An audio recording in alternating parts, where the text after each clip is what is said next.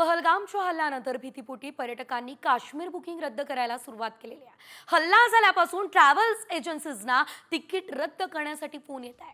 फक्त काश्मीरच नाही, लडाख, गुलबर्ग या भागामध्ये जाणाऱ्या पर्यटकांनी सुद्धा आपल्या बुकिंग रद्द केल्या आहेत. याबाबत ट्रॅव्हल एजन्सीकडे मालक देशपांडे यांच्याशी या संदर्भात आता मालक देशपांडे यांच्यासोबत बातचीत केली आमचे प्रतिनिधी अभिजित देशमुख यांनी. काश्मीर पाहण्यासाठी जाणाऱ्यांची संख्या मात्र सध्या रोडावल्याचं पाहायला मिळतंय.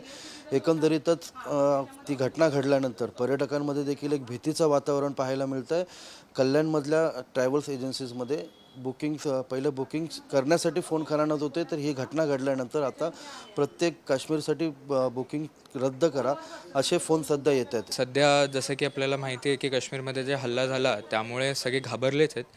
आधी लोक 3-3, 4-4 महिन्याआधी बुकिंग्स करतात आणि त्याच्या आधी पण 6 महिन्याआधीपासून आम्ही हॉटेल्स गाड्यांची सगळी बुकिंग करतो.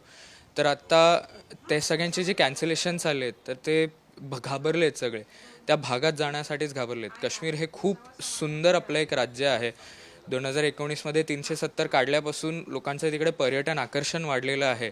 काश्मीरसारखी जागा नाही पूर्ण भारतामध्ये आणि आता तिकडेच लोक जाण्यासाठी घाबरत आहेत. तर त्यामुळे आता टुरिझमवरती आणि पर्यटन विभागावरती खूप मोठा फरक पडतो. कॅमेरा पर्सन नितीन खलाससह अभिजित देशमुख, साम TV.